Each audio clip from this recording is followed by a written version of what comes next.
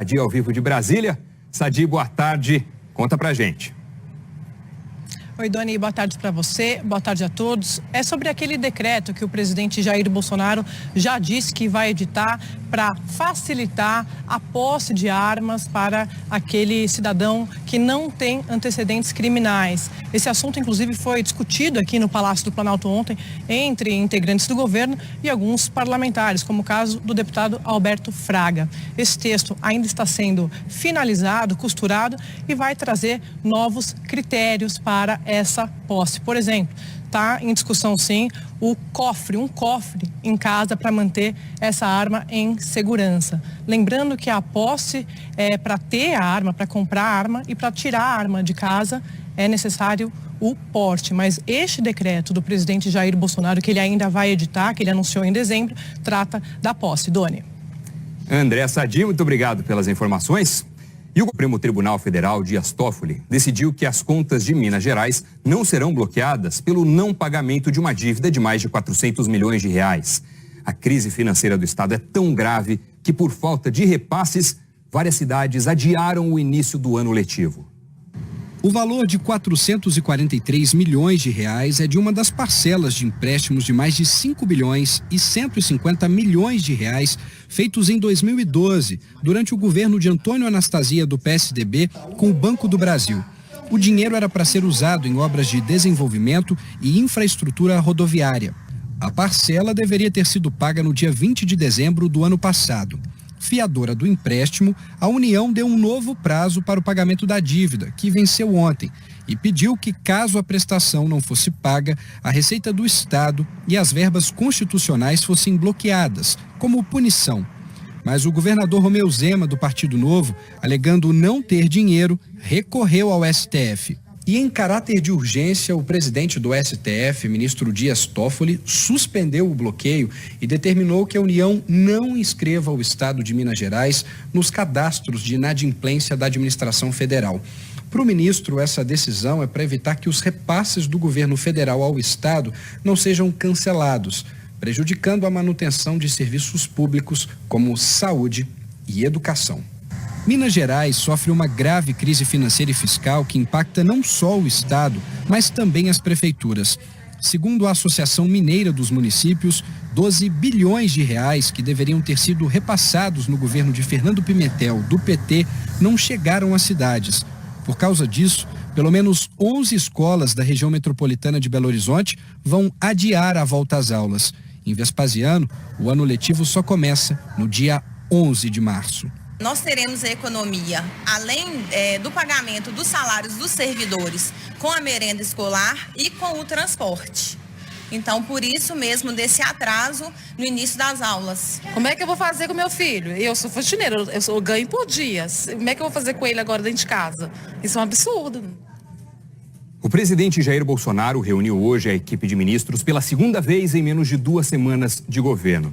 Em pauta, a definição das primeiras medidas e as propostas para enxugamento de cada pasta. Quem tem os detalhes ao vivo de Brasília é a Flávia Alvarenga. Boa tarde, Flávia.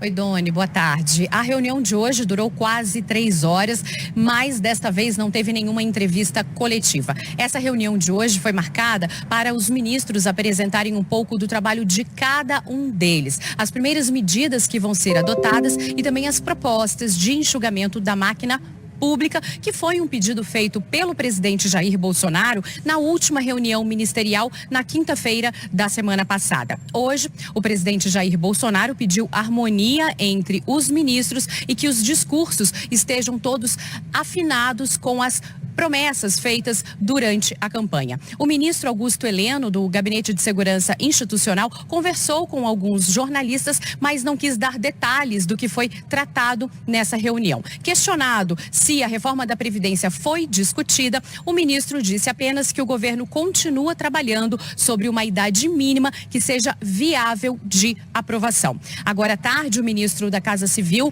Onyx Lorenzoni, vai se reunir com o secretário executivo dele. Vão fazer uma reunião prévia sobre Previdência, porque às 5 horas da tarde, Onyx Lorenzoni vai se reunir com o ministro da Economia, Paulo Guedes. Doni. Flávia Alvarenga, obrigado pelas informações. E o ex-ministro do PT, Antônio Palocci, presta depoimento pelo segundo dia na Procuradoria da República do Distrito Federal sobre fraudes nos fundos de pensão de empresas estatais. A repórter Camila Bonfim é que tem os detalhes. Boa tarde, Camila. Oi, Doni, boa tarde para você, boa tarde a todos. Olha, Palocci está relatando, detalhando uma suposta interferência nos fundos de pensão, entre eles na Previ, que é o fundo de pensão dos funcionários do Banco do Brasil, considerado um dos maiores da América Latina.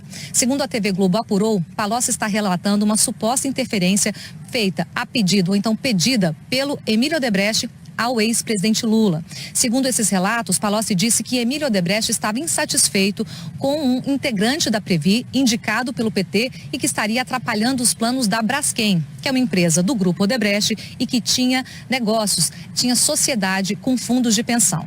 Sobre a ex-presidente Dilma Rousseff, segundo a TV Globo apurou, Palocci está relatando que ela seguia ordens do então presidente Lula para que na Casa Civil, como ministra, recebesse integrantes de fundos de pensão para tentar influenciá-los em investimentos futuros, investimentos que esses fundos ainda iriam fazer. Com todas essas informações, Palocci está negociando o terceiro acordo de delação premiada aqui na Procuradoria da República no Distrito Federal. Lembrando que ele já fechou 2 delações e as 2 já foram homologadas, já foram validadas pela Justiça. Doni. Muito obrigado, Camila Bonfim, pelas informações ao vivo. A assessoria de Dilma Rousseff afirmou que a ex-presidente repudia o que classifica de mentiras de Antônio Palocci, que obteve prisão domiciliar promovendo inverdades. A Previ, Fundo de Previdência dos Funcionários do Banco do Brasil, afirmou que os investimentos são feitos de forma técnica, criteriosa e independente de ingerência política e de acordo com as políticas de investimento da entidade e a legislação vigente. A Odebrecht disse que está colaborando de forma eficaz com as autoridades em busca do pleno esclarecimento dos fatos narrados pela empresa e por seus ex-executivos. A Braskem disse que todos os temas relativos às práticas impróprias foram contemplados em um acordo global de leniência e que segue colaborando com as autoridades. E nós não tivemos resposta da defesa do ex-presidente Lula e não conseguimos contato com a defesa de Emílio Odebrecht. Terminou o prazo para a entrega das alegações finais no processo do sítio de Atibaia. A ação tem 13 réus, entre eles o ex-presidente Lula, e apura crimes de corrupção e lavagem de dinheiro. As alegações finais foram entregues à Justiça ontem à noite. A defesa de Marcelo Odebrecht, delator e ex-presidente da Odebrecht, pediu a suspensão do processo porque Marcelo já foi condenado a mais de 30 anos em outras ações e que sejam concedidos a ele novos benefícios, além dos previstos no acordo. Marcelo está em prisão domiciliar com tornozeleira eletrônica. Outro ex-presidente do grupo Odebrecht, Emílio Odebrecht, pai de Marcelo, voltou a afirmar que autorizou as obras no sítio de Atibaia, que era frequentado pelo ex-presidente Lula, a pedido da então primeira-dama, Dona Marisa Letícia. Os advogados de Emílio pedem o perdão judicial ou redução na pena. Quanto a Léo Pinheiro, ex-presidente da OAS, os advogados reafirmaram que as reformas foram solicitadas pessoalmente por Lula e que o ex-presidente sabia que os valores gastos seriam abatidos de uma conta de propinas que a OAS tinha com o PT. A defesa apresentou uma agenda com o registro de um encontro que teria acontecido com Lula, além de mensagens de celular que citam as obras e supostos acertos de propina. Os advogados pedem que Léo Pinheiro seja beneficiado na sentença por estar colaborando com a Justiça. Lula é acusado de receber propina de empresas por meio de reformas no sítio de Atibaia em troca de benefícios obtidos em contratos com a Petrobras. Os advogados voltaram a afirmar a inocência do ex-presidente. A defesa sustenta que as obras não têm relação com a Petrobras, que Lula não é o dono do sítio e que não há como provar que ele soubesse das reformas. Os advogados também dizem que, ainda que se conclua que Dona Marisa tivesse conhecimento e domínio das reformas realizadas no sítio, não há qualquer elemento que permita inferir que a suposta atuação da ex-primeira-dama tivesse a ciência de Lula. Por isso, a defesa do ex-presidente pede a nulidade de todos os atos da Força-Tarefa da Lava Jato e do processo, alegando que Lula foi vítima de um julgamento de exceção, que o ex-juiz Sérgio Moro hoje ministro da Justiça e Segurança Pública, era suspeito para julgar Lula e que não é da competência da Justiça Federal, em Curitiba, julgar o caso.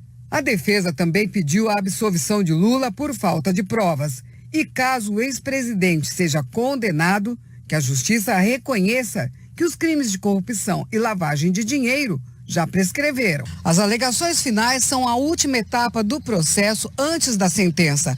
A partir dessa fase, a Justiça poderá dizer se os réus são culpados ou inocentes, mas não há prazo para essa decisão. Sobre a afirmação dos advogados de Léo Pinheiro a respeito de uma conta de propinas, o Partido dos Trabalhadores afirmou que nunca teve contas secretas, nem com bancos, nem com empresas dentro ou fora do Brasil. Que essa é mais uma mentira vendida por criminosos à Lava Jato para sair da cadeia e recuperar o dinheiro que desviaram. O ministro Sérgio Moro disse que não vai se manifestar sobre as alegações da defesa do ex-presidente.